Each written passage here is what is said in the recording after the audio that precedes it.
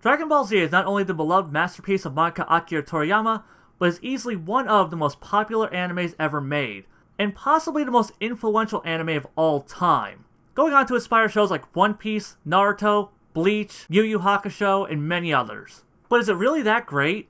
Does it really deserve all the praise it gets? Hell, can it even stand up to the slightest bit of scrutiny? Well, that's what this series is all about, going arc by arc, and following Dragon Ball from its humble beginnings to its lackluster conclusions, and to all the awesome in between, to see how great this legendary anime really is. So yeah, enough of wasting your time. This is Dragon Ball Dissection's The Pilaf Saga.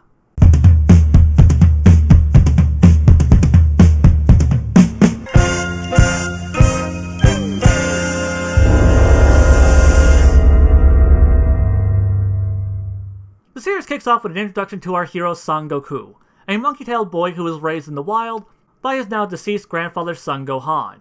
Shortly after, we meet a girl named Bulma who is looking for a mystical artifact known as a Dragonball, in hopes of collecting all 7 to summon Shenlong, a giant wish-granting dragon. It turns out Goku has the Dragon Ball she's looking for, but he won't give it to her, because it belonged to his grandfather. Bulma decides to have Goku join her, and be her bodyguard when she finds out that Goku is super strong and is damn near indestructible, which she finds out when she inadvertently hits him with her car, and not so inadvertently shoots him in the goddamn head. From there, the two set out on their quest, collecting the Dragon Balls and making new friends along the way until they reach the final ball, which is being held by our villain Pilaf, who is also looking for the Dragon Balls. The gang gets captured, Pilaf steals their ball, and summons Shenlong. Just as he's about to make his wish, he's interrupted by Goku's friend Oolong, who wishes for a pair of girls' panties. Yeah, I'll get back to that one later. Enraged, Pilaf has them locked up in a reflective room that will fry them once the sun rises. That night, Goku tells the others a story about how his grandfather was killed by a giant monster that only comes out when the moon is full. After putting the pieces together, the gang realizes that Goku was the monster that killed his grandfather, and tell him not to look at the moon. And of course, Goku does just that. And of course, he transforms into a giant raging monkey monster, trashing Pilaf's castle, and nearly killing everyone, until they cut Goku's tail off, which turns him back to normal with no memory of what happened. And that pretty much sums up the first saga. Now that you're all caught up on the story, it's time to go through the characters.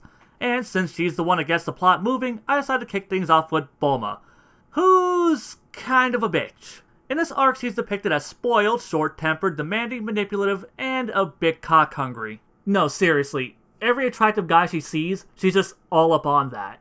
We really don't learn a whole lot about her this arc, outside the fact she seems to have a lot of money and resources at her disposal, but that won't be explained until later on. Then there's the supporting characters, which include Kami-Senin, aka Muten Roshi, and yes, I'll be using all the Japanese names for these videos, since that's the language that I've been watching it in, though I will pop up some notes that will have the US names on them in case anyone gets confused.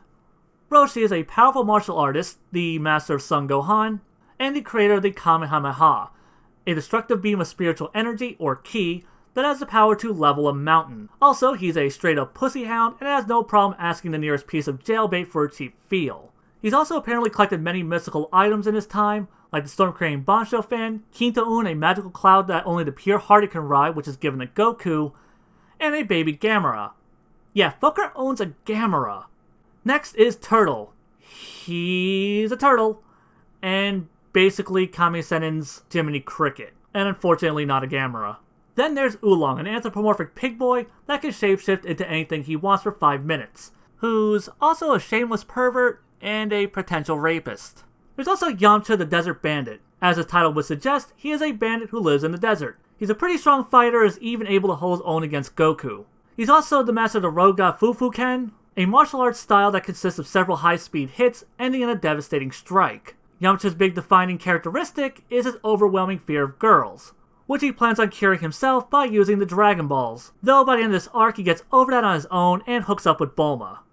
Accompanying Yamcha is Puar, a flying cat thing that has the power to transform just like Oolong. It's actually explained that they both went to the same shape-shifting school, because that's apparently a thing, but Oolong got kicked out, surprise surprise, for being a fucking pervert, which is why he can only hold his transformations for 5 minutes. We also get introduced to Gyumao, the former student of Kami-Senin and the ruler of Fry Pan Mountain. He is a hulking, greedy behemoth who will murder anyone that gets near his treasure. but after being scolded by his own master, he turns over a new leaf, I guess. Yumao also has a daughter named Chi-Chi. She's kind-hearted, shy, and a bit cowardly, though she's still strong enough to straight up murder a T-Rex, and is the only person other than Goku that can ride Kinto-un.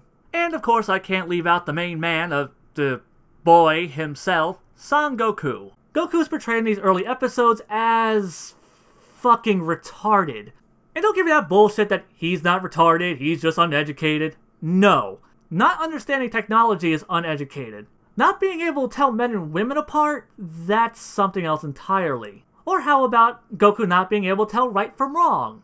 Yeah, when people don't answer their doors, Goku just punches them in. Because fuck your personal property, and the only reason he doesn't eat turtle is because he thinks he's going to taste bad. Hell, I'm surprised he didn't try to fucking eat oolong. When Bulma almost gets eaten by a pterodactyl, he has to be told to rescue her. Goku only takes action if someone tells him to, and he doesn't question it. Seriously, Goku's entire moral compass is based solely on trust. Also in these episodes, we learn a bit about Goku's past. Like how he was found in the woods as a baby by Gohan, that grabbing his tail weakens him, and of course that he turned into a giant monster during the full moon, and that said monster killed his grandfather. Though currently not the unstoppable powerhouse that he would one day become, he is still shown to be far stronger and more durable than the average martial artist. He can take axes and bullets like a champ, and he can break bricks with a single finger. Goku's even able to learn techniques like the Kamehameha just by watching them being done. And finally we have our villains. Pilaf, a blue monster midget with dreams of world domination, and his two henchmen, the Smokin' Hot Mai and the Ninja Dog Shu. And I really don't have much to say about them. Outside of Pilaf's plans to collect the 7 Dragon Balls and rule the world, we know nothing about him or his henchmen. He has this giant castle in the middle of fucking nowhere, and he states that it took years to build, and we're never told where he got the money or resources.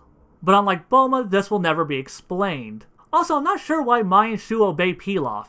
He's a borderline sociopath that almost gets them killed a few times, and punishes them harshly for failing him, and they just take it. But these are a group of joke villains, and they will remain a running gag throughout Dragon Ball, so I think their lack of development is passable. Something else worth mentioning is the world the story is set in. It's clear from the opening scene that it's a world far removed from ours, where dinosaurs roam in the wild, animals talk, anthropomorphic animals are the norm, just about anything can be stored in a teeny capsule, and the architectural designs are certainly unique to say the least.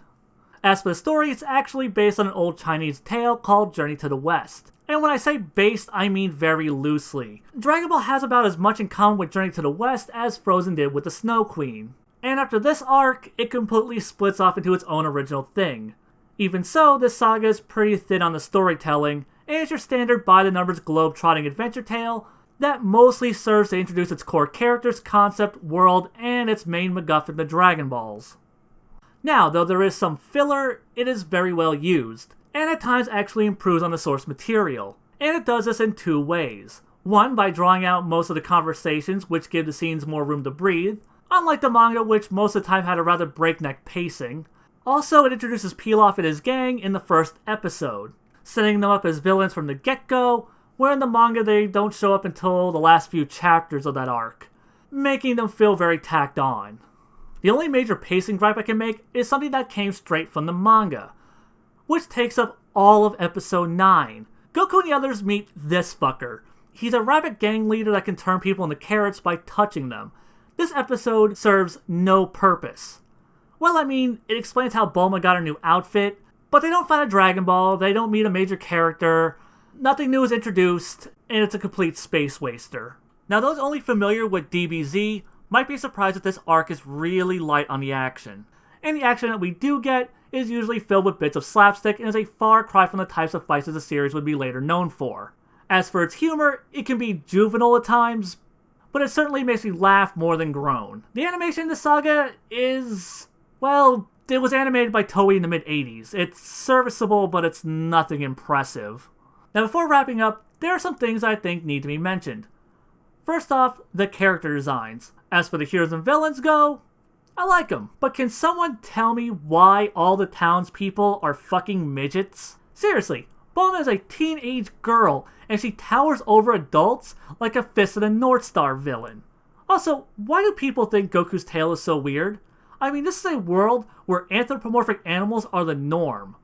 And characters like Pilaf, Puar, Tenshinhan, Chaozu seem to be the only ones of their kind, and nobody even bats an eye at this.